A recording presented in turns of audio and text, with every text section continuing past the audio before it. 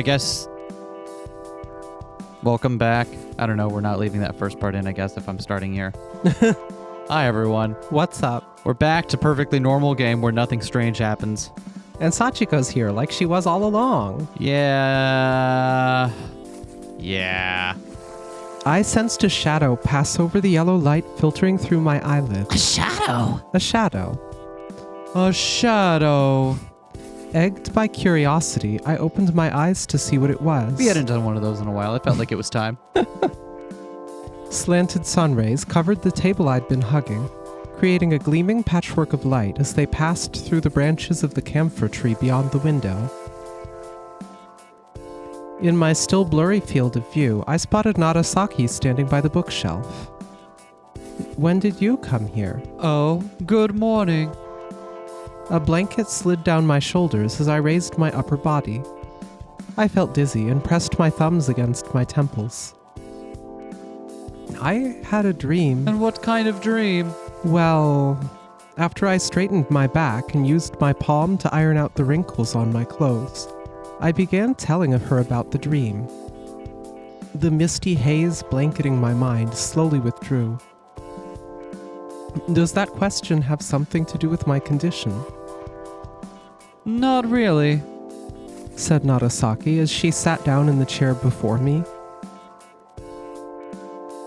I read a book about the interpretation of dreams the other day. Oh, that sounds interesting. Though it doesn't sound much like you. The corners of Narasaki's lips curled up. I'm sure I've said this before, but I've got a profound sense of curiosity.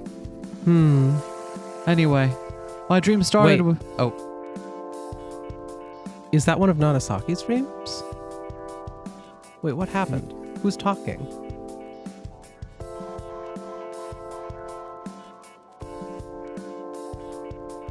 Because she asks us about our dream. Yeah.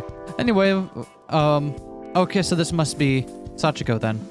Anyway, my dream started with me and Takako on the bus. It was going through what looked like the countryside and then got into a tunnel. Passing that, we emerged into a city I've never seen before. I got worried, and after discussing it with Takako, got off the bus together.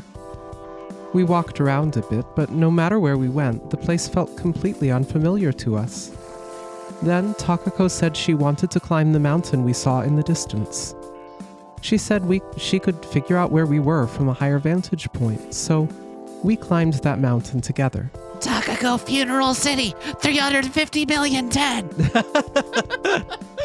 Oh no. The details had become foggy by now, but I could remember the gist of it. Hey Sachiko, I got my own funeral city. Does that tell you anything? Well, at least 3 things, I suppose. From just that? First, riding in a bus symbolizes being influenced by others regardless of your will. A place you don't know represents your dissatisfaction and wish for a change in your current life. And finally, climbing a mountain means working hard toward a certain goal. Well, do any of those ring a bell? When you put it like that... Now that I thought about it, the whole thing about the bus and how we got off reminded me of how Takako and I quit our jobs in the city. And what happened afterwards? Then, it all kind of changed. Before I knew it, I was dreaming about going to my old home in the country. Takako and I quit our jobs in the city, but Takako died before you quit your jobs in the city. Because she was still working. Wait, what? According to what we saw earlier, wasn't she still working at Clover when Takako died? So this was before Clover. Oh, I see. They quit their jobs and started Clover. Right. Sorry, my bad. I don't know how confident we are that really happened either. Right. Sorry, I was just I thought I saw a different level of contradiction. You're right. Before I knew it, I was dreaming about going to my old home in the country. The city turned into my old town, but we were still climbing a steep hill together. Yeah, I remember our old town having lots of tall hills. Yeah, and when we reached the top, we could see the entire place from high above. We sat down on a bench and gazed at the sunset for a while. Then I realized I lost my wallet, but found it almost immediately afterwards. What if their vacation sequences were just them playing pretend as a kid?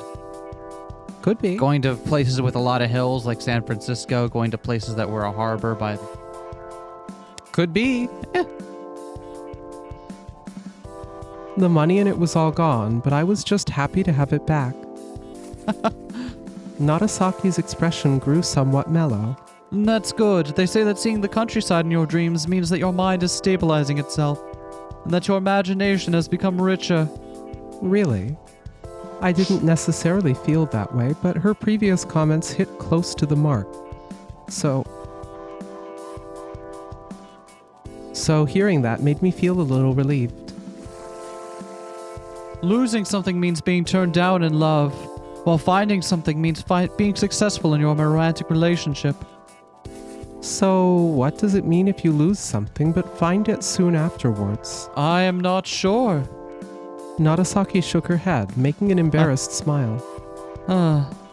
Well, it's pretty much just fortune-telling, so don't take it too seriously.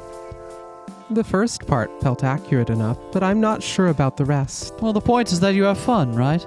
Surprised you remember everything so well, though. I'm good at remembering dreams, and I get tired easily these days, so I keep falling asleep everywhere.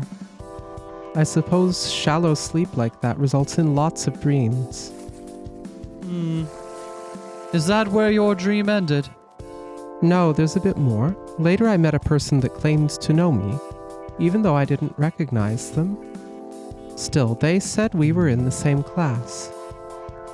When I tried thinking about it, I realized this person participated in the party we had shortly before we left to move to the city. And what kind of a person was it? In dreams, people you don't know tend to be your idolized versions of various traits. Really?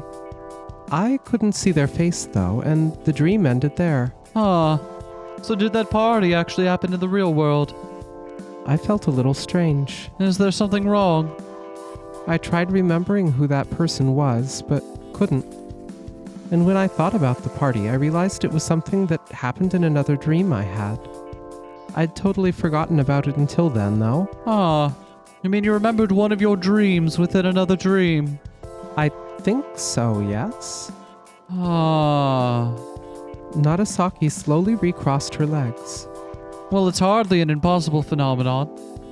Remembering other dreams inside a dream. Yes, though I've never experienced it for myself. Really? When you're awake, it's difficult to remember dreams, but it's easy to recall things you did during your waking hours. The opposite is also true. Why does it work that way? Because your memories are separated into two categories, one pertaining to reality and another to dreams. Your brain can tell when you're dreaming and stores your dream memories in a different place so the two don't get mixed up. So you're saying it's easier to remember dreams when you're dreaming? It's probably a bit more complicated than that, but that is the gist of it. So there are memories particular to dreams. I thought that dreams were just random images your brain assigned to the disjointed noise that went through your mind as you slept. Narasaki shook her head with a smile.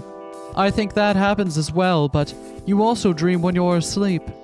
As for the accuracy of dream memories, I don't believe your memories of reality are all that much different. I suppose so. I experienced that firsthand.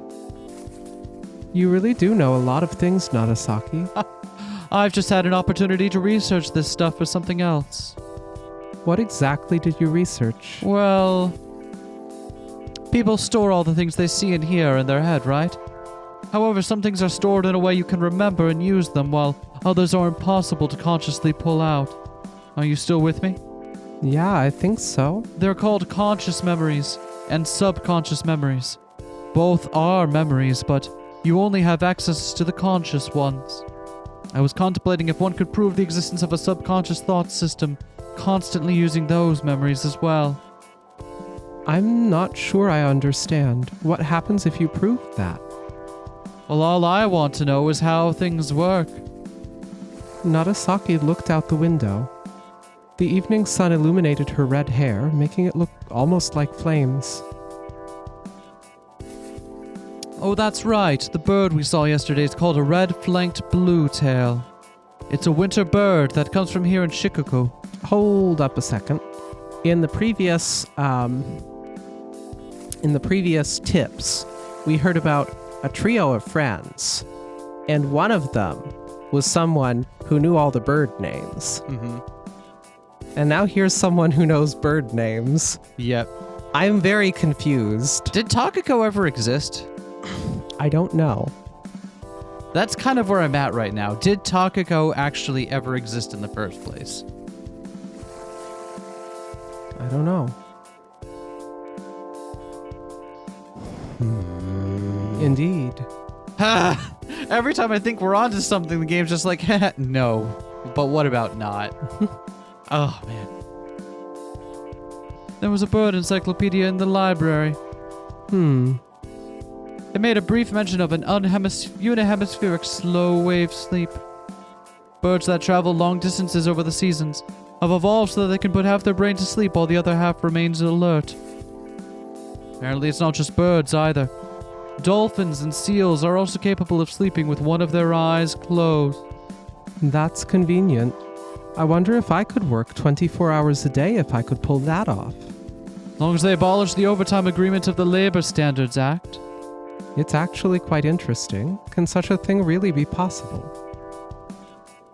Nagasaki inhaled a breath and smiled. I wonder what one side of their brain thinks as the other sleeps, and if it's conscious of the memories of their dreams, or if the half that slept remembers what happened during the time the other half was awake. I don't remember. What if one of them thought they were a butterfly? Fuck. You thought we weren't going to bring it back to Zhongzhou, did you? Also, I'm pretty sure this second line is Nagasaki. I don't remember anything from when I sleep, so I imagine they wouldn't either. Is that so? Feeling my hands grow cold, I stuck them under the blanket covering my lap. Nagasaki noticed and followed my motions with her gaze. Well, what is your plan for today? I might just go back to my room and sleep. You're going to sleep again. My vision suddenly grew dark as I stood up. Making sure not to panic, I lowered my head a bit and endured it. I've been feeling really sleepy lately.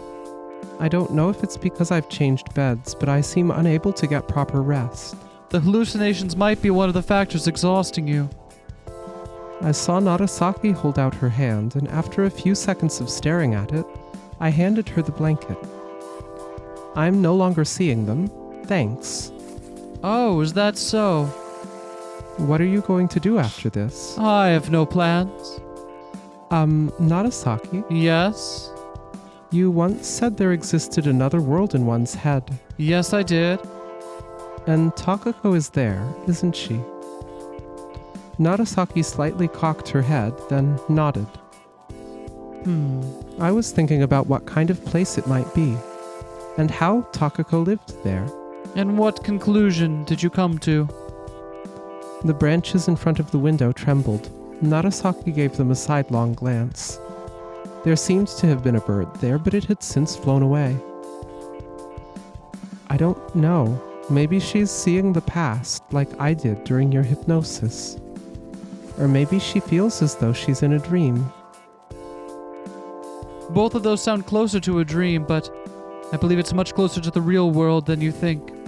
You know what it's like. Well, I can make an educated guess at least. Let's start from how it differs from reality. First, the passage of time must be quite vague, since you're creating the story from your subconsciousness. No one remembers every little detail of that happens during the day. But reality's like that as well, no? So no one in your world would notice anything strange. And the things you forget or are unable to remember simply disappear without a trace. Are there any other differences? The sun rises in the west and sets in the east. Why? Sorry, I made it sound more confusing than I should have. It's because of how your eyes work. Your brain recognizes light as it strikes your retinas in the back of your eyes. Or since it passes through the lens in your eye, your brain actually gets an inverted image that also has left and right backwards. And however, in your world, no one is seeing their surroundings with their eyes. As such, top and bottom, as well as left and right, are inverted. That sounds weird. If the cause is physical, such as the eyes inverting things, then wouldn't we all perceive our surroundings the same way in both worlds? No matter how I looked at it, Narasaki's statement didn't make much sense. Besides, there were no means to check or test how things were supposed to work in that hypothetical world anyway. How could she be so certain? You didn't just come up with all this on the spot, did you? I gave Narasaki an incredulous look. Oh, you got me. After that, Narasaki accompanied me back to my room, then soon left, saying she had to return the blanket. What the fuck? So, I think we were on the right track about Takako's narrative being a fabrication of Sachiko's, just incorrect in the nature of it. Yeah? But I think we were right to pick up on the things where, like, all the details seem to be pulled from Sachiko's world, but in the wrong time and place. Yep. With weird amounts of self-insert and stuff. But vague and unknowable kind of parts of the framing. Mm-hmm. So I think we were right on the money there. It also brings up the, things you forget about and whatever would just disappear without a trace and no one would notice anything the wiser. And it's like, that happened in the tips. A couple times. Yep. It really did. As soon as I mustered the willpower to get out of bed, I heard a knock on the door. I circled around the bed and turned the knob, opening the door. What greeted me was someone's forehead near the bottom of my field of view. It was Kozue, holding a book. Hello? Here. Oh, I swapped it. It's fine. I inspected the title of a book she handed me. It seemed to be an encyclopedia about plants and animals. I returned my gaze to Kozue and saw her looking somewhere behind my back. Is this for me? I asked. She looked up at me, her thin brows knitted. But after a few moments, Kozue seemed to have shifted her gaze back to the room. I realized it was the interior that seemed to have sparked her interest. Would you like to see the inside of the room? I opened the door wide and moved away from the doorway. Instead of going in, though, Kozue looked up at me again and asked if I wasn't going to sleep. Oh, it's fine. It's still too early for bed anyway. After a few seconds of hesitation, Kozue finally stepped into the room. She momentarily glanced back as I closed the door, but soon returned her gaze to the room, looking over the ceiling and the walls. As Kozue looked toward the cabinet, I picked up a cardigan from the dresser's chair and put it over my shoulders. I then sat down in the chair by the window and opened up the book she had brought. Flipping through a few pages, I saw introductions of various plants and animals, all illustrated with large, colorful pictures. The table of contents listed a number of different animal names. Though thick, the book was easy to carry in one hand. I imagined it was designed to allow one to quickly confirm things while out in the wilderness. Do you like old things like this? Oh. Who's talking? I think it was Kozue asking the first question. Do you like old things like this? Not as much as you or Nanai. Why do you ask? Few people ever come to stay here in the middle of nowhere. All their regular customers have a thing for old mansions. I see. What did you like about old things? I still don't know who's talking. Did we swap again? No, it's Kozue asking. This is Kozue grilling Sachiko. Well, I suppose it's like Nanai said. You can trust them to serve you well, considering they haven't fallen apart after so many years of use. Kozue picked up a transparent amber key holder from the dresser. Don't take it while I'm still looking, I joked. These antiques also make you imagine all sorts of things.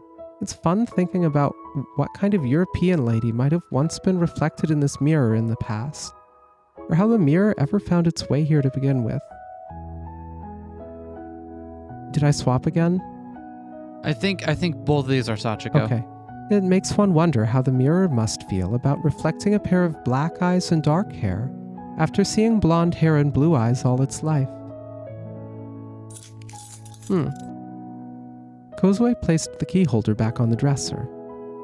Instead, she picked up a glass toy from it and sat down in the chair facing me. "Did you come here alone?" she asked. "Yes." The glass toy had seaweed and fish painted on it. It was filled with water and small rings of various colors. There was also a pole inside, which, to my understanding, was used to catch those rings. Kozue pushed a button at the bottom of the case, which made the colored rings dance all over the case due to the artificial current. I used to have one of those things as a kid. Yeah. Yeah. Oh, that's nostalgic. There was a similar toy in the beauty salon I used to visit. Huh. She pushed the button harder, trying to collect the rings on the edges, but instead ended up losing the ones she had already caught. She furrowed her brows. I shifted my gaze back to my book and turned to the page about winter. "Oh, almost forgot. Thanks for the other day," said Kozue with a certain abruptness. "Don't worry about it. I had fun too. I found a cute picture of a long-tailed tit." Yeah, you did. "And heard the sound of a twin-tailed tit." Hey, I'll let you know I've got at least 2 of them. There were 4 of them on a long tree branch. They all looked like tiny white balls of fur with black spots for the eyes and beaks. The one on the far left was looking straight at the camera. With its head tilted to the side, it appeared almost befuddled. Feeling someone's gaze on me, I looked up from the book. Kozue had stopped playing with her rings and was looking at me. The irises of her big eyes gave me a long, hard stare, as if trying to penetrate my very soul. "Is something the matter?" "You're weird?"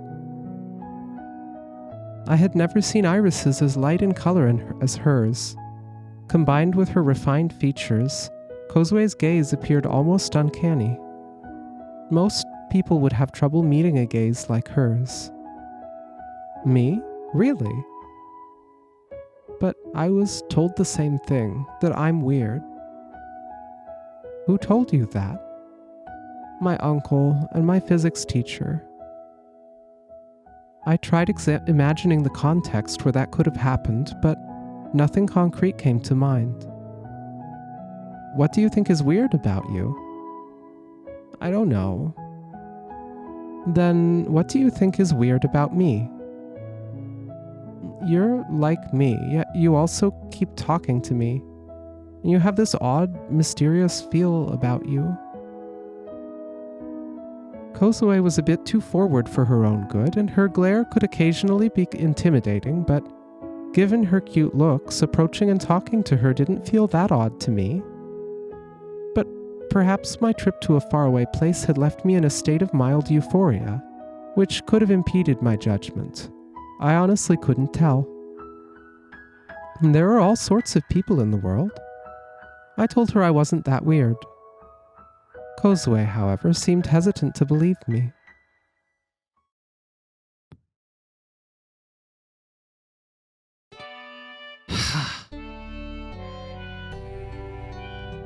As I strolled through the inner yard, escorting Kozue outside, I spotted Nanai through the cafeteria's window. Nanai seemed deep in thought, staring at the surface of the table. She failed to notice me even as I approached the window. I lightly knocked on the window glass. Though initially startled, she turned to me with a smile. She made a gesture, inviting me inside. As I had no other plans anyway, I entered the building through the side door and continued to the cafeteria.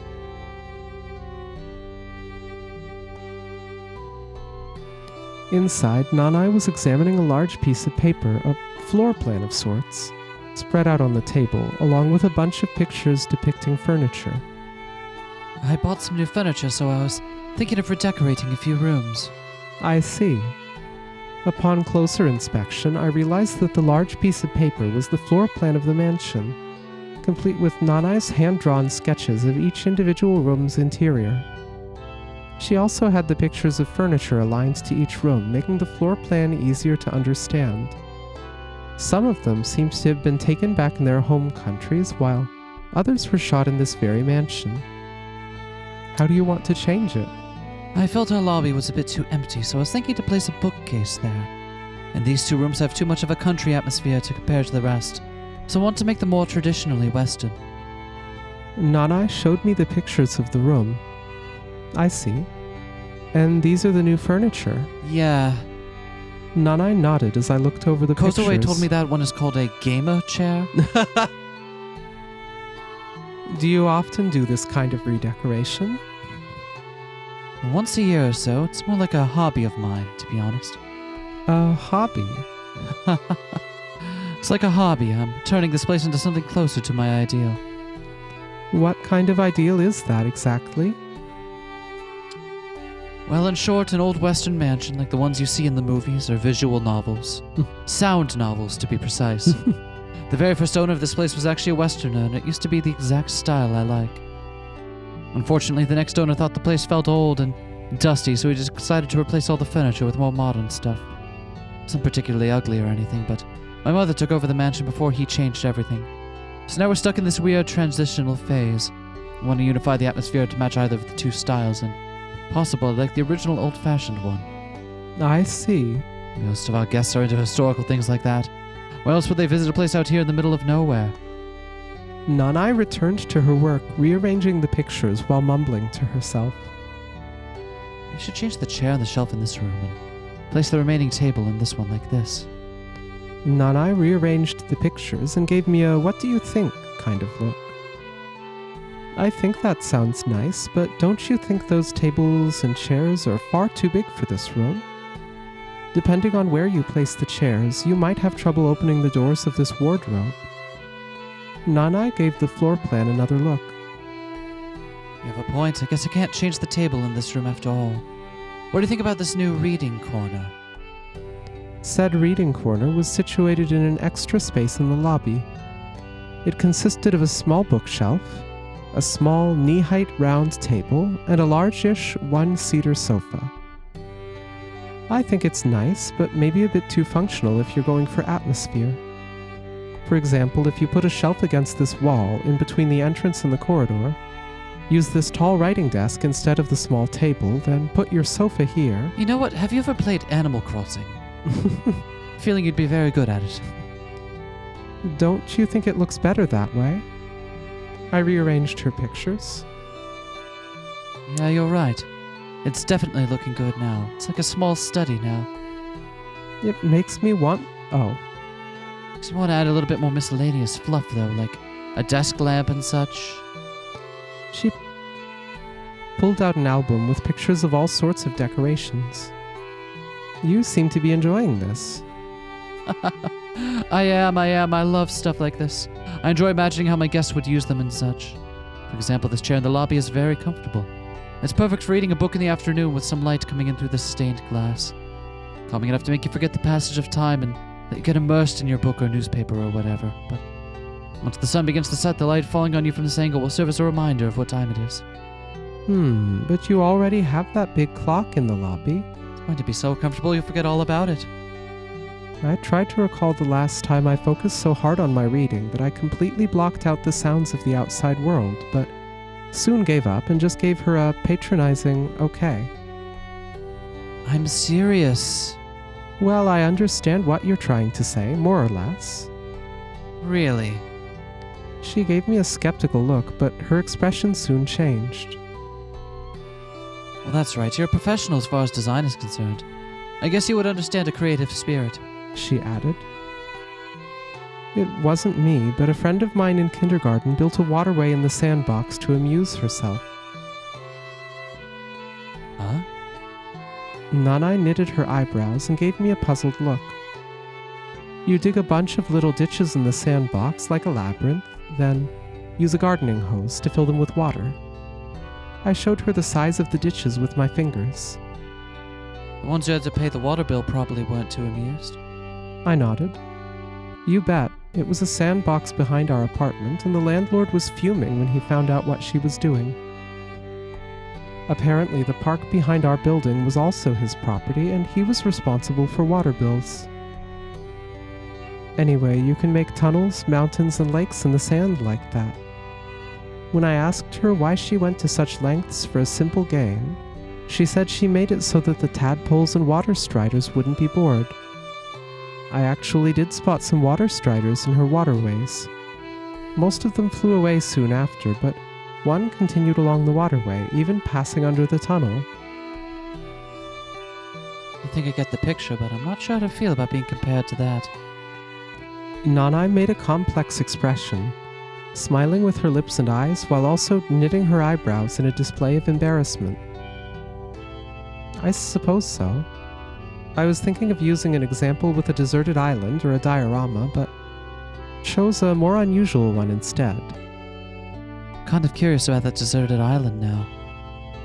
Ah, but that girl who made the waterways in the sand, well, she later turned out to be quite talented in the field of design.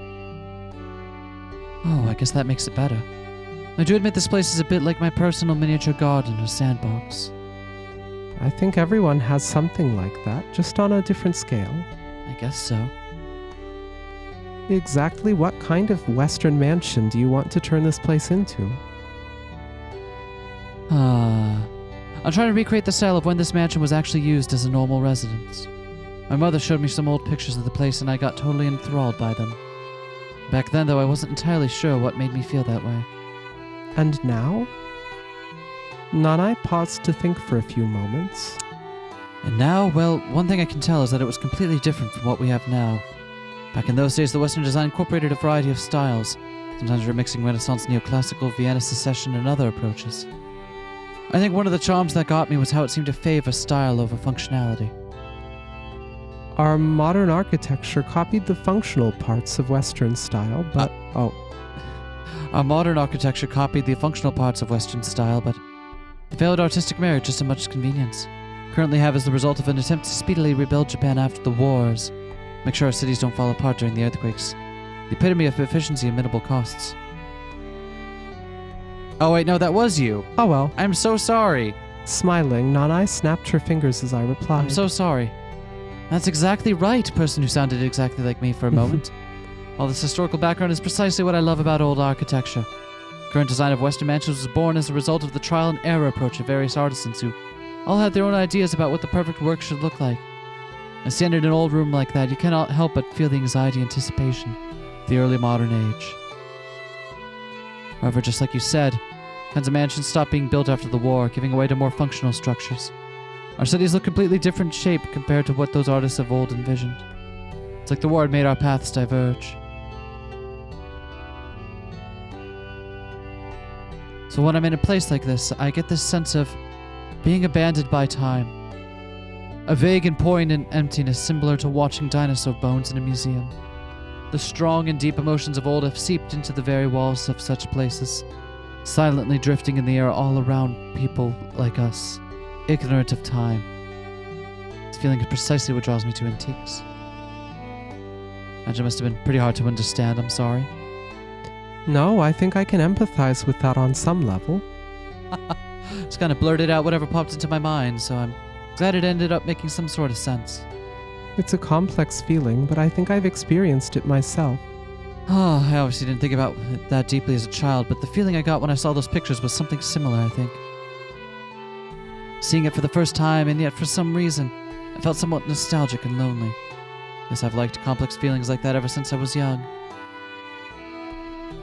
Anyway, I ended up going off on a tangent there, but basically I want to turn this mansion into the kind of place that gives me the same kind of feeling as those pictures. I'm not one for flattery, but I like this place. Thank you. I tried. She added with a smile. Definitely doesn't feel complete yet. There are still a bunch of rooms that feel like they could use some work, especially when you compare them to those pictures. atmosphere is not easy to recreate. Yeah, after all, it's usually the unique sensitivities of the age that translate into peculiarities of design. Perhaps it's impossible to perfectly recreate it to begin with. But if I wait for the place to age naturally, I'll end up 6 feet under before I achieve anything I'm satisfied with. So you're planning to do as much as you can for now? That's it. Nanai answered, flashing a happy smile. Anyway, will you help me on this now that you've heard my story and everything? Sure, to the best of my abilities at least. I sat down in the chair facing Nanai. She too lowered herself into a nearby seat. We spent some time discussing the layout of the rooms in the mansion.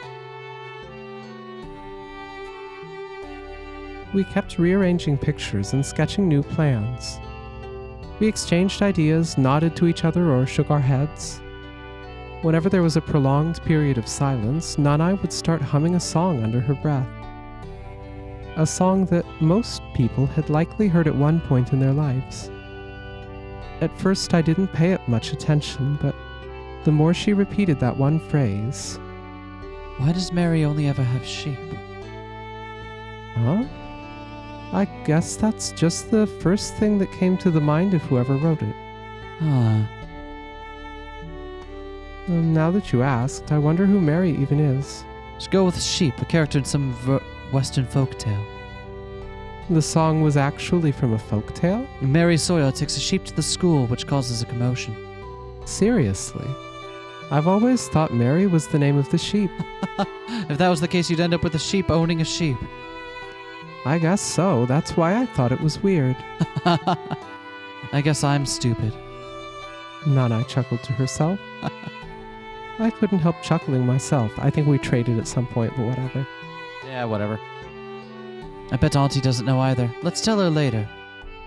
I feel like she would know. I wouldn't be so sure about that. Nanai returned her eyes to the pictures and resumed her work. I started moving my hands as well. I think that's about it. It didn't take us long, as Nanai had already more or less decided what she wanted from her lobby and the 2 rooms before I came. Okay, so first we have to actually set up the furniture and see things for ourselves before we can come to a decision. Nanai uttered under her breath. When will that be? Still a ways off. Some of the furniture hasn't even been delivered yet. I'd love to do it right away, but what can you do? Nanai began clearing the pictures and drafts from the table. I stuffed the writing utensils into a case I found lying around. I see. Nanai thanked me as I handed her the case. I can definitely tell you're a professional. I think those rooms are going to look really awesome now. I'm glad to have been of help. It was more fun to do it together. I'll prepare you something great for dinner as a token of my appreciation. That sounds nice. Nanai stretched her back and walked off toward the counter, saying she'll make some more coffee. I leaned back against the chair while seeing her off. I suddenly felt my body become heavy.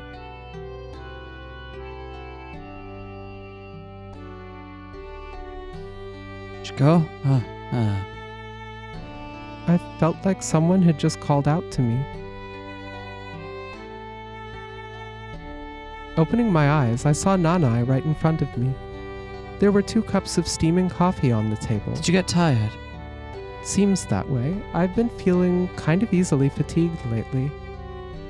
I just realized, you like this game because they drink coffee. Yep, that's it. Everybody just drinks coffee together. That's the whole game. Yep, that's the game. I brought the cup closer to my chest, letting the smell of the coffee dispel some of my drowsiness. Are you getting enough rest? Yes? I see. If there's a problem with the room or something, don't hesitate to tell me. Thanks, but I like that room. There are no problems as far as I'm aware. I swirled the coffee in the cup a little before taking a sip. I felt its bitterness spread across my tongue. By the way, have you spoken with Auntie since then? Huh? No. Why?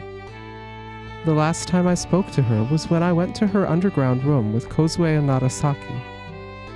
At least I didn't remember talking to her ever since then. She was asking about you, so I wondered if maybe something had happened. Nothing did as far as I'm aware. I see. Nanai returned her eyes to the pictures and began doing something again. My auntie looks like she has her head in the clouds, but she's actually extremely sharp. I lost something a few times, and when I had already given up on seeing them ever again, she just found them right away after hearing a few clues. I don't know why, but when the locals around here have problems, they tend to go to her for advice. Got something on your mind, you can try talking to her. I recalled the laid-back air Lily had about her when we met her. I had to admit, she did feel like someone you could rely on. I see you trust her quite a bit. I just trust her vast life experience. I'll make sure to talk to her if I find myself troubled by something. Please do. She's a good listener. Now that I think about it, maybe she just wants to speak to someone new, which perfectly explains her interest in you. As we finished our coffee, Nanai stood up and collected all the materials we piled up on the corner of the table. I think I'll start preparing dinner. Do you have any other plans for today? No? Would you like me to help you with the cooking? No need. You're a guest here, Sachiko. You should relax. We left the cafeteria together and parted ways in the lobby.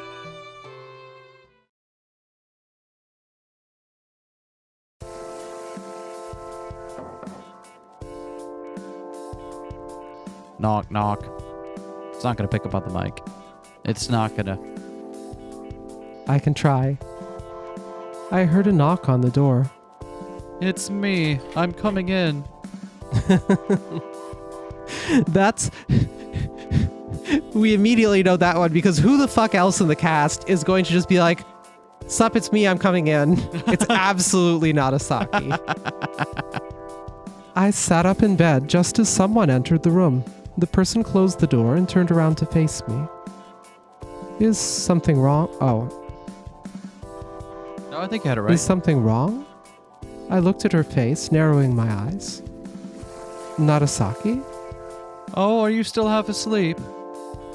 That's strange. I thought I locked the door. Huh? Narasaki made a puzzled expression and tried the knob again. Well, it certainly wasn't locked unless I'm strong enough to break the door without noticing it. Are you already going to sleep? That's the case, I'll go find something else to do. It's okay. I thought it was too early to sleep anyway. I'd rather not wake up in the middle of the night later. Well, alright then. Narasaki sat down in the chair at the end of the room, right next to the window. The same one she used when we played chess. I feel like I've already had a conversation like this with someone before. Not with me, I hope. Oh, I felt like I've already had a conversation like this before with someone. not with me, I hope? Narasaki shrugged her shoulders. For some reason, even an exaggerated motion like that looked natural when she did it. Ah, that's right. Kozue came to my room during the afternoon. She brought this book with her. I imagine it was a bird encyclopedia. Oh, here it is. Narasaki picked up the book from the table. So she really did look for it. I'll have to thank her later. So that's interesting. Why did she bring it to Sachiko? If Narasaki was the one who asked her about it, and Kozue was just like, nope, don't know where it is, and then left. Normally, if someone asked you for a thing and you later found it, you'd bring it to the person that asked you, not an unrelated third party. Yeah. Was Sachiko the one who asked her? Is Sachiko here and Narasaki isn't? Oh, that would explain so much, like how Narasaki shows up out of nowhere in the middle of the night while Sachiko's having an episode. Yeah. Yeah. And in the bit where Sachiko is asleep and Narasaki is having a whole conversation, Sachiko is awake and having the conversation. And that's why Aunt Lily asks later about her as though they had since spoken, because they had. But Sachiko... Narasaki is the half when she's...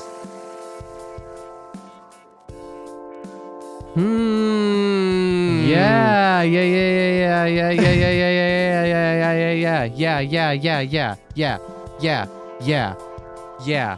There it is. Sachiko is the single element that makes up this world. It's Sachiko's all the way down. Aww.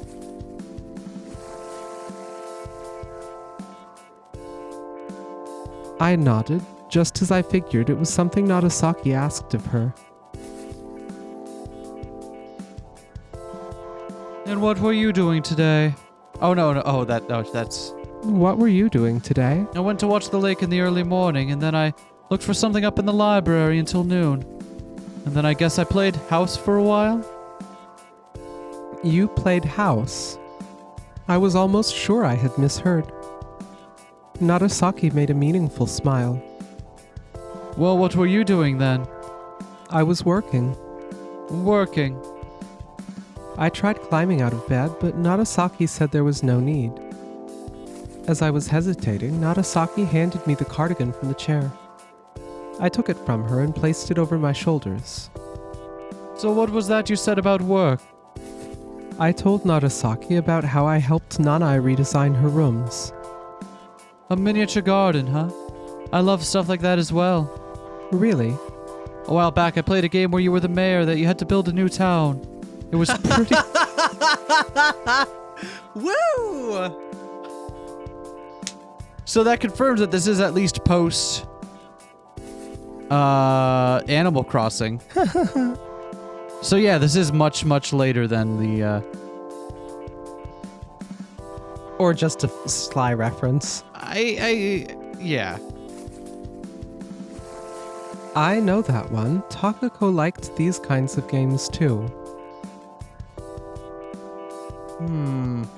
Or it's just something like a Harvest Moon thing, but those were around.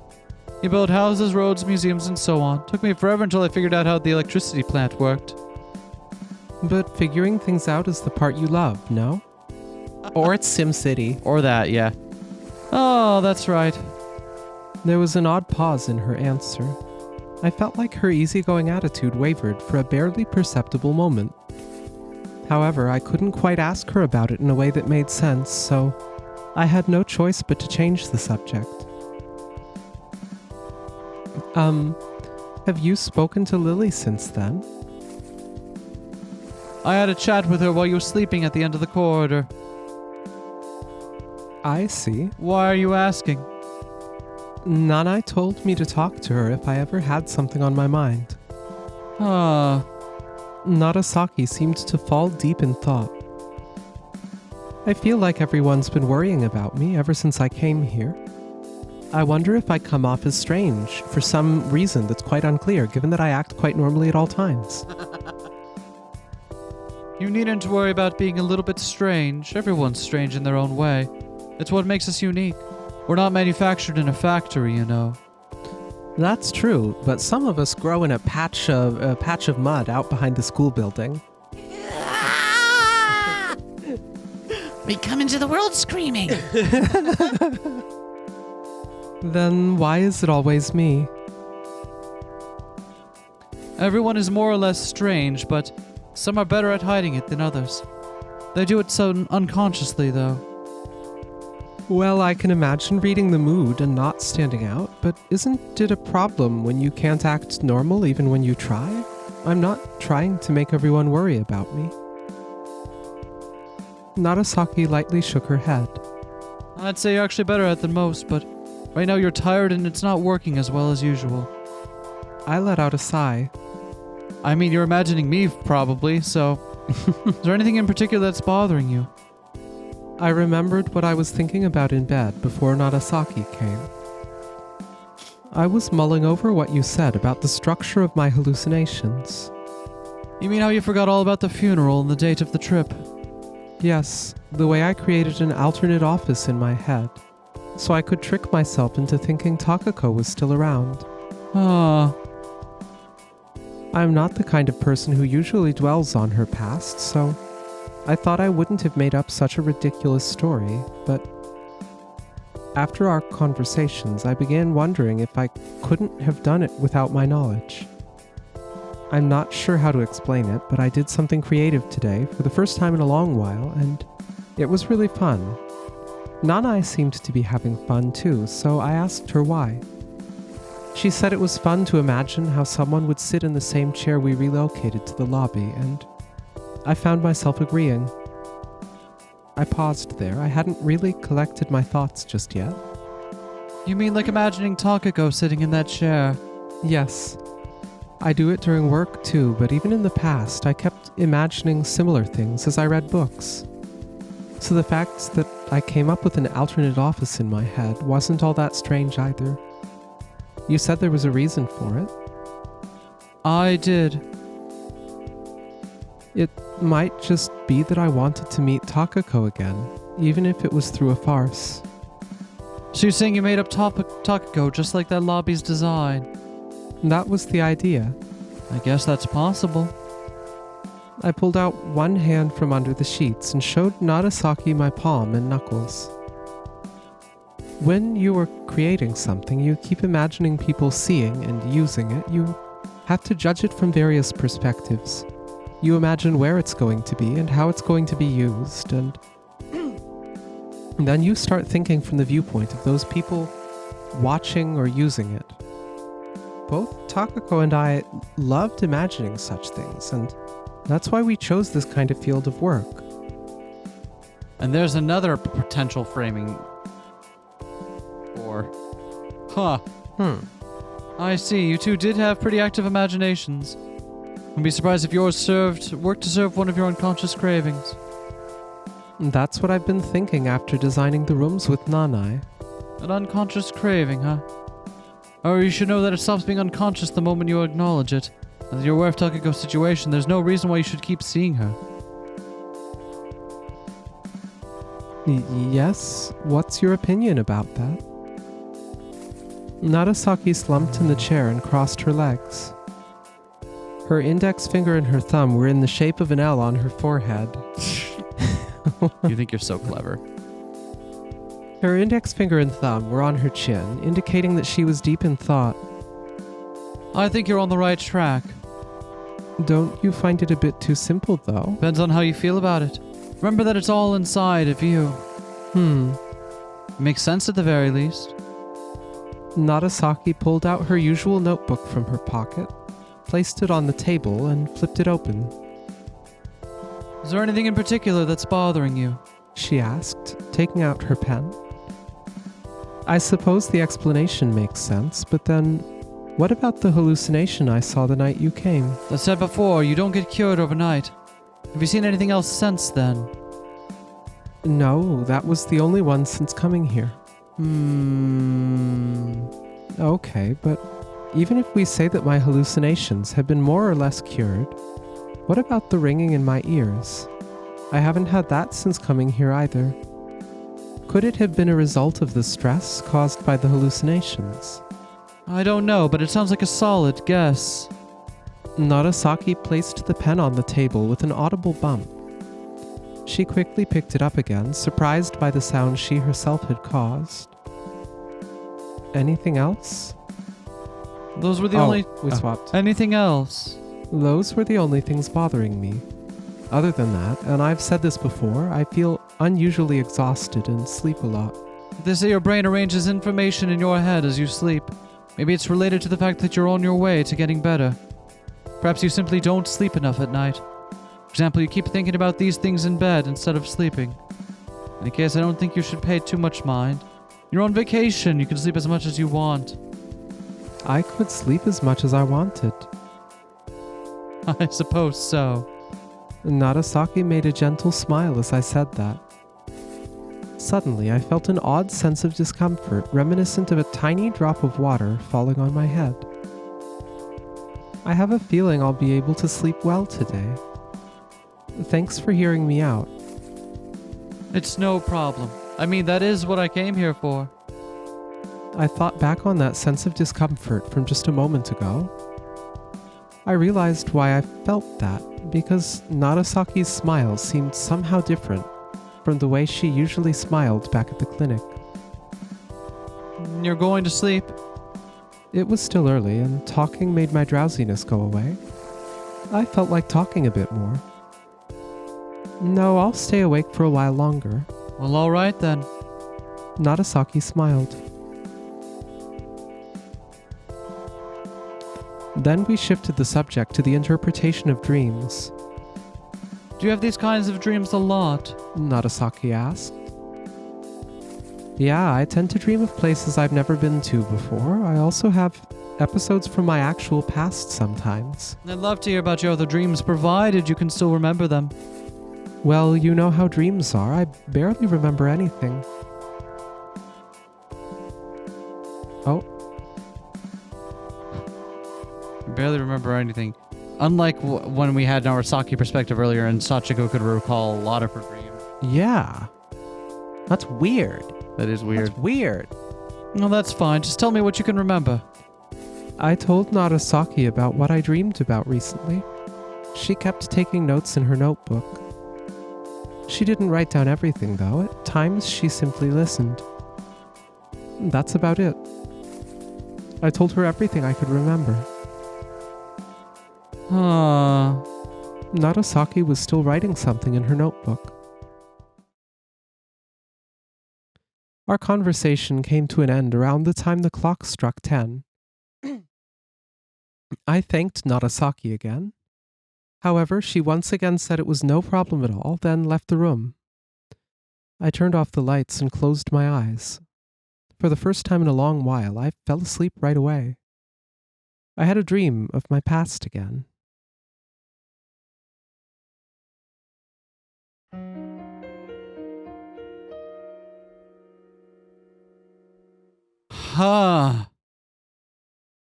This game has like 16 different potential framing devices. The sand in the sandbox was powder-like, as though it was delivered here straight from the beach. I could spot pink and white pieces of shells mixed into it. Takako overturned her water-filled bucket. As the sand absorbed water and changed color, she scooped up a handful and put it on top of her mountain. It reached all the way up to her belly button. This should be good enough. Well, let's make a tunnel next. Start digging from that side. Takako started digging without waiting for my reply. The sand was still wet and showed no signs of crumbling away, even when I dug a hole in it. I continued digging until my hand passed through it and touched something soft. Takako tried to catch my hand, so I pulled it away. You have to connect it properly so it can pass through. What can pass through? We made both our holes wider and strengthened their walls with more wet sand. We need to make a water channel pass through this. I'll go bring the water hose once we make a place for the waterfall here. They're going to be angry again if we use the hose without permission.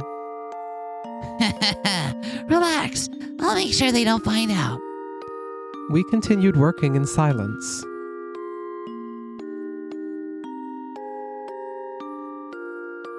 Oh, that's quite a mountain there. And I see you've even made a tunnel. Oh, whoops. Oh, Miss Nurse. The kindergarten nurse came to check on us. She wore an apron with pink tulips embroidered on it. What are you making? Right now I'm making a waterway. Oh, but you can't fill the sandbox with water. Relax. I'll make sure they don't find out. Takako continued working in silence. Said the nurse. Did I just become complicit?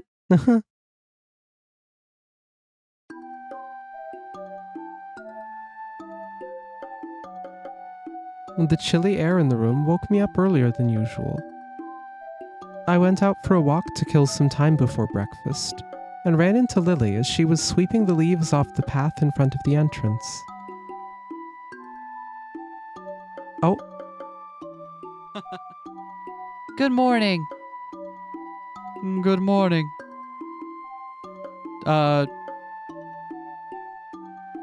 Today's pretty chilly, is it not? Indeed, the clouds should clear up by noon, though, so it'll get warmer then. There was a big bamboo basket filled with leaves by the entrance. Cleaning up must be a pain during this season. It certainly is, answered Lily, smiling. Aren't you officially closed right now, though? This is just a part of my daily routine. Besides, it's good exercise. I see. I saw Lily brush the leaves into the dustpan, so I brought the bucket over to her. She looked up and thanked me. The sleeves were safely delivered into the basket. Lily gave me a hard look. Have you been sleeping well? She pointed at the area below her eyes. Perhaps I've been enjoying myself just a bit too much. It's good to be active, but don't overdo it, alright?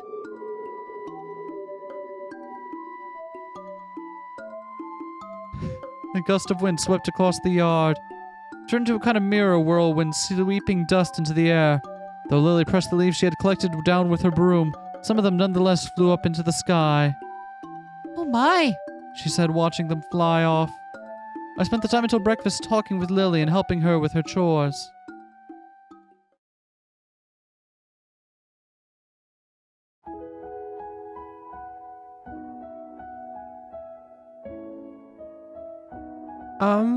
I heard a high-pitched voice next to me.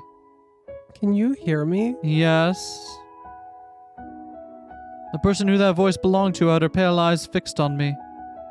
I looked around, having just been pulled out from the darkness of deep thought. I'm sorry, what were we talking about?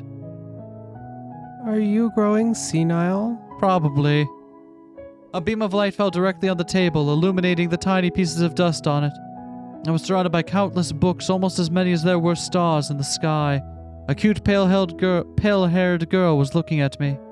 I just got lost in thought for a moment. I do that too, but never in front of people. You're absolutely right. I am sorry about that. I was asking what kind of children's games you were talking about. From the tone of her voice, I could tell she wasn't really upset. You mean like playing in the sandbox, or with dolls? Just how many years did you spend playing with those things? We were talking about children my age.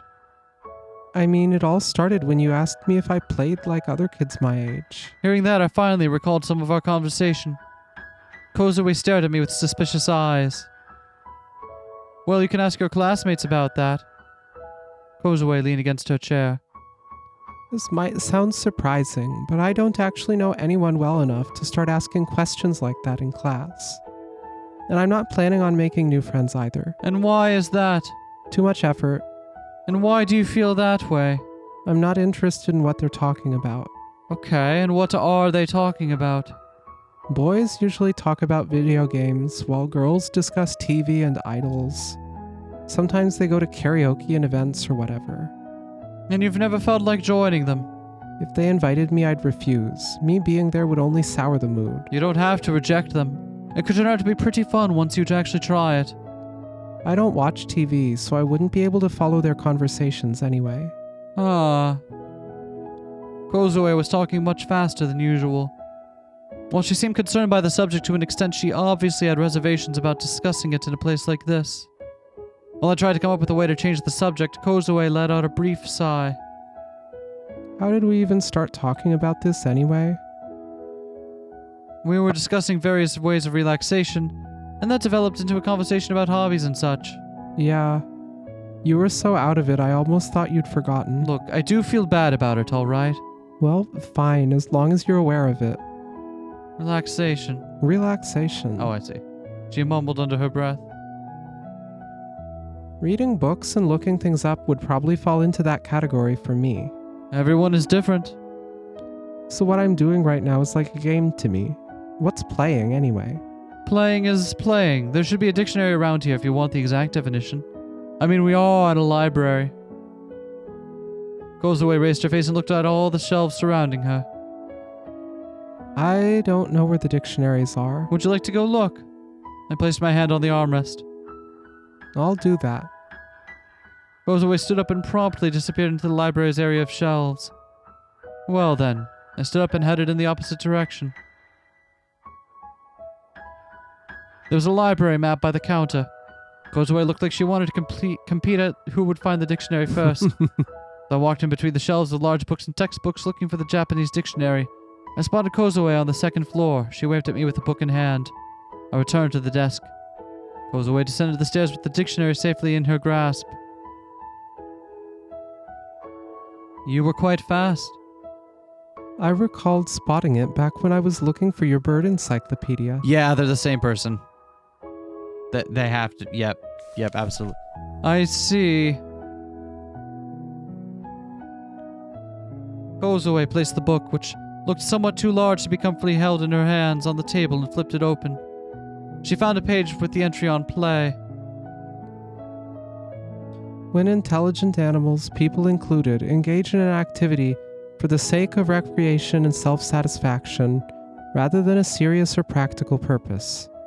Doesn't include activities that are performed out of necessity rather than personal desire, such as sleeping or hunting for survival. Kozue read the entry aloud. For the sake of recreation and self-satisfaction rather than a serious or practical purpose. Kozue mumbled that bit under her nose. Does your research grant you satisfaction? I'd say that's an accurate enough description. Kozue answered, slightly tilting her head. In that case, what you're doing here is playing. Kozue frowned in a display of discontent. It's a bit more vague than I thought. Oh, really? If satisfaction is the only thing that defines playing, then everything in the world can be a game.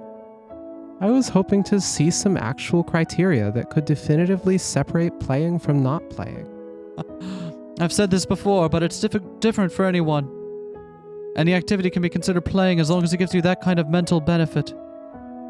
Kozue's small, graceful hands closed the book. Are you satisfied? Well, I guess so. Did you already know what we'd find in the book? Yeah, it was close to what I expected. After all, it's close to my field. Now I feel like I wasted my time. Hey now, no need to get upset.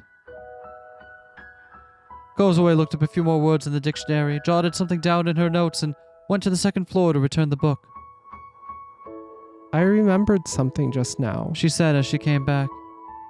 When I was little, I used to play with a penguin slide a lot. It was this big and ran on batteries. I remember those things. You remember those things? No, I have no idea what this is referring to. Oh, I'll have to show you a picture of them. They were the silliest things. It consisted of an ice mountain, a slide, Yep. and a tunnel running through it. Mechanized penguins would climb up the mountain, then slide down. So, okay, that confirms that this should be far in the future then, because that's a pretty specific product at a pretty specific time period. That was something that was around during my childhood, which would have been in the 90s, and she's still young now. Why is she saying when I was little? I guess when she was younger than that. Yeah. Anyway, you could basically repeat the whole thing over and over again. She showed the size of the penguins and how they moved with her hands. But wait, doesn't that this puts us on a timeline that just makes sense though, right? And doesn't require a big time skip? I guess, yeah, maybe. Because then, yeah, maybe you're right. Maybe I'm overthinking it. Hold on. Because we thought that it was around the 90s and a bit later. And this would put us in the 90s and a bit later. You've never seen one of these things before.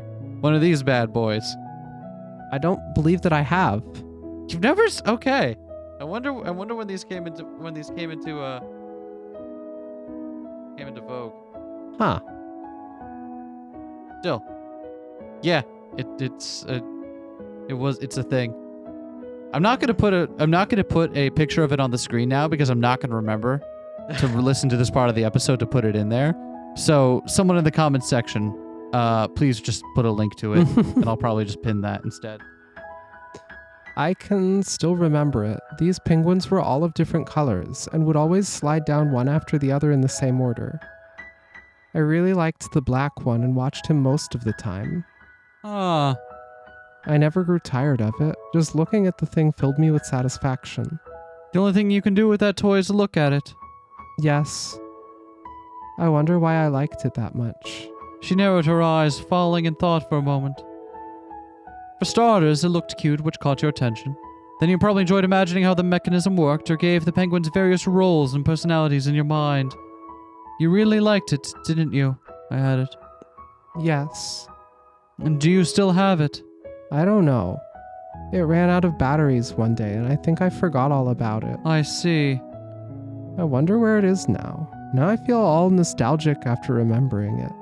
I hope nobody threw it away or something. Kozue spent some time searching for a penguin slide's whereabouts in her mind, but returned to her research after a while. We exchanged a few words over that time, but didn't talk about anything particularly significant. As the library grew dark, Kozue cleared up her tools and left.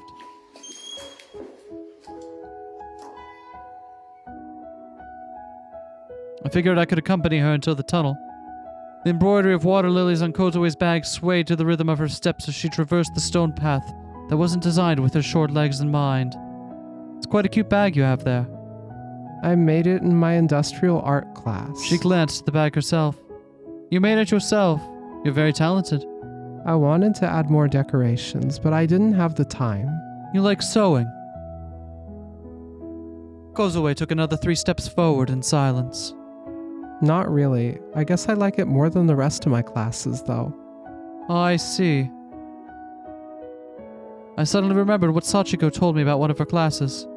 Takako apparently caught a sparrow in a trap box she designed. It was only slightly bigger than your palm and had a latch that could lock and unlock it. Didn't have specific instructions, but everyone was provided with plans of bookshelves and drawers, which turned out to be the basis for evaluation.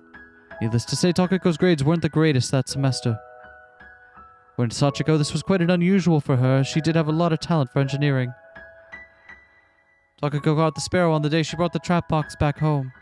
Apparently sparrows would often fly into her house at the time. I think they must have been attracted to the dried up rice that would sometimes accumulate near the rice cooker. She noticed the bird in her house again. She swiftly closed all the windows and doors. She stood all over the room with an insect net until it finally caught and put it in the box. Sachiko got angry at Takako for stuffing the animal into a cramped box with no windows, telling her to consider how she herself would feel if she were in a bird's position.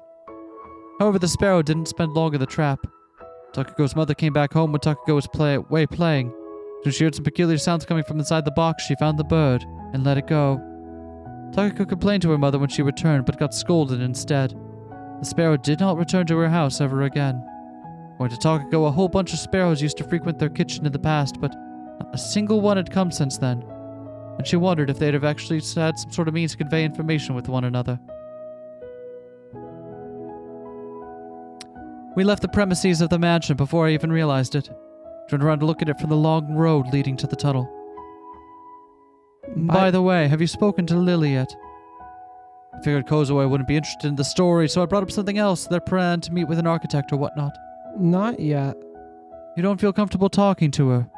It's not like that. Lily enjoys talking. I'm sure she'd be happy if you visited her. I glanced at Kozue, but she showed no reaction, so I continued. Alright, she told me a scary story the other day. Another person went missing at this mansion. No. I wonder if she tricked me. I've never seen more than 2 people working there to begin with. Yeah, that checks out. Oh. Oh, yeah. Right. Kozue gave me a suspicious look as I said that.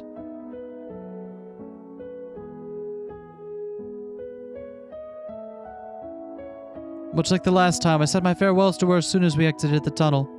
She nodded, then made her way down the slope.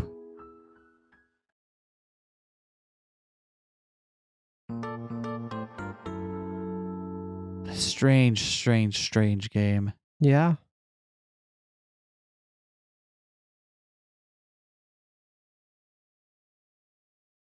I heard something that sounded like the laugh of a child as I was reading a book in my room. I looked out the window to see 2 children playing with the snow.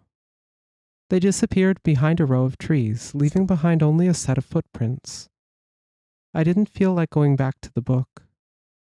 The snow sparkled vividly in the warm sun. I felt like finding someone and having a conversation. Anyone would do. As I was putting on my sweater, I spotted an encyclopedia on the table. For a moment, I was confused by the unfamiliar book, but I soon remembered it to be the one Kozue brought me. I recalled my conversation with Nagasaki from yesterday. Oh, I wonder if she forgot it. Oh, that's I wonder if she forgot it. I considered returning it to the library, but instead decided to personally hand it to Nagasaki. With that in mind, I placed the book in my handbag. As I was walking through the mansion, I realized something was odd. It was a distortion of sorts. Although the windows on the 1st and 2nd floors all opened to the same area, They gave me different views. To say this looks like the old building now. From the first floor, I saw the port town and the mountains, while the second floor windows gave me a view of the inner yard, which was supposed to be on the other side. The number of rooms and windows didn't seem to add up either, while the ceiling seemed to rise higher and sink lower depending on my location. Could this have been a result of the renovation, or was the place always designed like this? I wondered what could have led to this. Even after exploring all 3 floors, I ran into no one.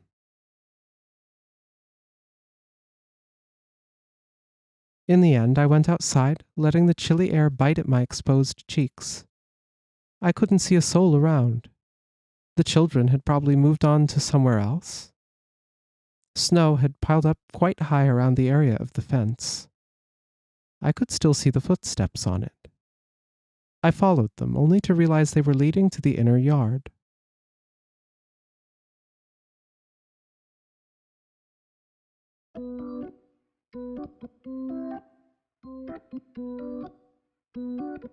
Oh, there you are. I've finally found you. Oh, There you are. I finally found you. I heard a voice as I was about to open the door leading to the east wing. Nanai's wooden sandals clinked against the stone road. So it's not snowing? You weren't in your room, so I went looking for you. Guess you came outside. Yes, my eyes got tired after reading for too long, so I went out for a walk. I see. Would you like to accompany me to the bath right now? It's the open-air bath I mentioned before. Right now, it's still noon. Taking a bath in the middle of the day feels all sorts of luxurious, no? I like it personally. It's almost like you're talking about a drink. Well, that's not so far off the mark. It sounds interesting. I'll go get dressed then. All right. I'll be waiting at the cafeteria. I felt an odd sense of discomfort in the back of my mind as I opened the door. And what's wrong? Asked Nanai. I think I wanted to ask you about something. About what? I was pretty sure I wanted to confirm something with her, but I couldn't quite remember it. I forgot, Well, don't hesitate to ask whenever you remember it. said Nanai as I gave up and entered the mansion. We walked along the mountain stream nearby to the waterfall we'd seen earlier. We'll have to walk for a bit, but it shouldn't take more than 20 minutes. Oh, I don't mind. Figured I could do with some more exercise anyway. The mountain path was wide enough for us to walk next to each other. I heard the cry of a bulbul from somewhere. I looked up to see the mountain with stretches of yellow and red above the treetops. I quickened my pace so I wouldn't fall behind. A tiny stream serenely trickled down the gentle slope. I spotted a familiar vegetable by it. Isn't that dropwort? Yes, but some of those are poisonous. Poisonous? How do you tell them apart? The poisonous ones have subterranean stem, like mushrooms. The traces are visible to the naked eye, provided you look hard enough. Guess it's already the season of 7 herbs, huh? Isn't it a bit early? You can already find them in the mountains. Use the shepherd's purse and the henbit. How about we pick some on our way back? Make some tempura with them later. That sounds nice. I spotted what looked like a big cave at the end of the road. Are we passing through this? Yeah. Scared of the dark? Not really. So, we've now had multiple people describe passing through a tunnel while in a play environment, in doing imaginative play. Yep. And now I'm waffling again, and I'm like, is Sachiko real, or is this in Narasaki's mind? Right? Because there's so many layers. I can't sort it out. Because it would also make sense with Narasaki describing, oh, well, probably if you were inside the mental world of someone's subconscious, you know, you wouldn't be able to tell your up from down and your left from right, and stuff would be all swapped around, just like the windows and the views from them. Yep. The surrounding shrubbery prevented me from making it out at a distance, but As we drew closer to the entrance, I realized it was no cave at all, but a brick tunnel. It looked pretty old, the cracks on its walls grown over by greenery. I'm not scared of the dark, but inside I couldn't see further than 5 meters at most. Anything further in looked like it was painted over by black ink. There seemed to be cables leading inside. I spotted something that looked like the remains of a lamp, the string of which probably continued into the tunnel. Still, it looked pretty evident that none of these things had been in working order for years. How long is it? I'd say about 60 meters or so. Nanai's wooden sandals scraped against the sand-covering ground. I followed her, sensing the light behind me grow more and more distant. When we reached the area I couldn't see from the entrance, the darkness grew even thicker. If that wasn't enough, the sounds within the tunnel suddenly felt amplified too. Till you get to the part where it opens up and it suddenly looks like you can see the stars and stuff. Used to be an old railway, actually. There are tracks under the sand, so be careful not to trip. At this point, I couldn't even see the walls. I no longer had any idea how wide this place was. Better hold my hand. Said Nanai, before completely disappearing from sight. I clasped the hand she extended toward me. Looking behind, I saw a thin patch of white light in the distance where the entrance was, but it got displaced to the right the further we walked, eventually disappearing completely. I looked ahead to realize I couldn't even see my own hand. Are you alright? Tell me if I'm going too fast. Okay. I occasionally heard her voice, our footsteps, and the sound of dripping water, but they all reverberated across the tunnel in a way that made me completely lose my sense of distance. I can't tell where we're going at all. We won't hit a wall, will we? I'm following the railroad track, so we won't hit anything. Since I've been through this tunnel a million times, I remember the correct path. I stepped on something and staggered a little. I'm impressed you can walk here dressed like that. I'm used to it. I've been playing in these parts since I was little. That said, I can't say I've been to a darker place. What kinds of games could you play in a place like this? You know, hide and seek. Here? Yeah, gotta be real good to find someone in here. Weren't you scared? Not really. It's more scared of being found. When you're a kid, you get real serious about these things, so eventually, having it find you becomes really terrifying, or was that just me? It might just be you. Crouched down somewhere between the center and the wall. Before long, you hear footsteps approaching. Now, as they get the closer, you know it is surging for you along the walls with a stick or something. If you're lucky, those footsteps pass right by you as you wait there, holding your breath. Have you actually been found here before? Yes, and quite a number of times as well. Time when it let out a loud scream right as they passed by me that scared me so much, I started screaming myself. Then this other time I waited until it passed, and as I relaxed and started moving, another it that stayed behind found me. They synced their footsteps so I couldn't tell them apart as they approached. I'd start crying if any of those happened to me. Anyway, that's why you're desperate not to be found out. You can't breathe when someone's passing by you, even if your heartbeat and the flow of your blood feel too loud. The trick is to think you're a stone or another railroad track, a stain of the wall. You've got to become one with your surroundings. You've got to believe you don't exist at all. Your game is seriously scary. Yeah, one time I actually fell asleep.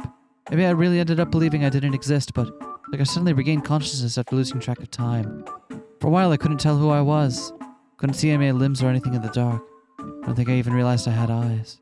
Eventually ended up staggering out of the tunnel. My mind was empty as ever. Once I saw myself in the evening sun, along with all the familiar trees and streams in the library in the distance, I remember who I was. You can imagine I hurried home right away.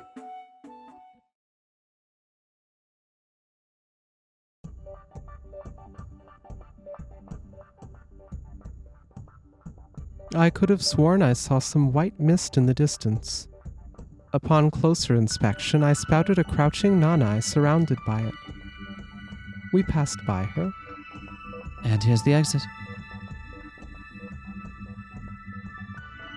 I saw light in the distance. It grew bigger and bigger with each of our steps. The raindrops on the ceiling sparkled in the light like stars. You fucking called it. Yep. None of those we already suspected none of the vacations happened, but this is where she got the inspiration for that one. Yeah. I could make out a hand holding mine in the darkness. Its long, warm fingers felt somewhat nostalgic. As I let go of her hand, Takako turned to me. Hey, what's wrong? The countless stars of the Milky Way extended across the sky.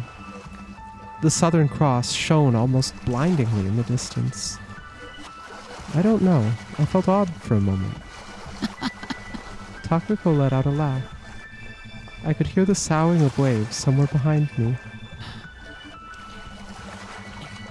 I guess we've had enough fun for today, huh?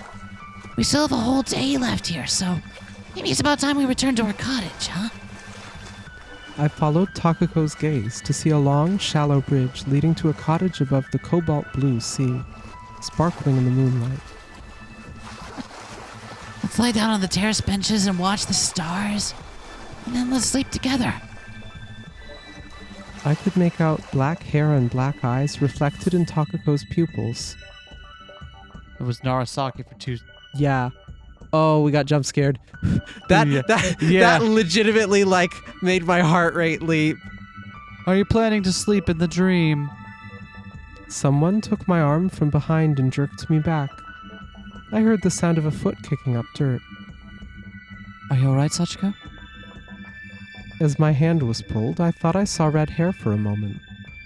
Narasaki's voice lingered in my ears. I'm okay. My arm hurt. Nanai supported my weight in the blinding darkness. And what happened? Came out so out of nowhere, I almost fell with you. I'm sorry. The exit's just a few steps away, don't worry.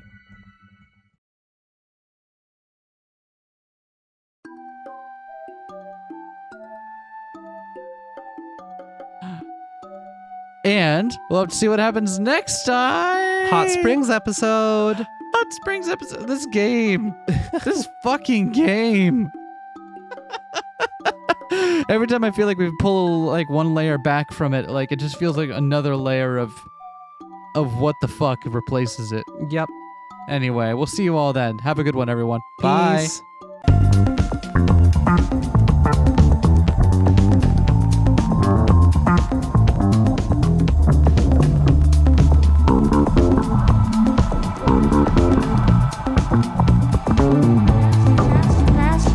Smash that like, comment and subscribe.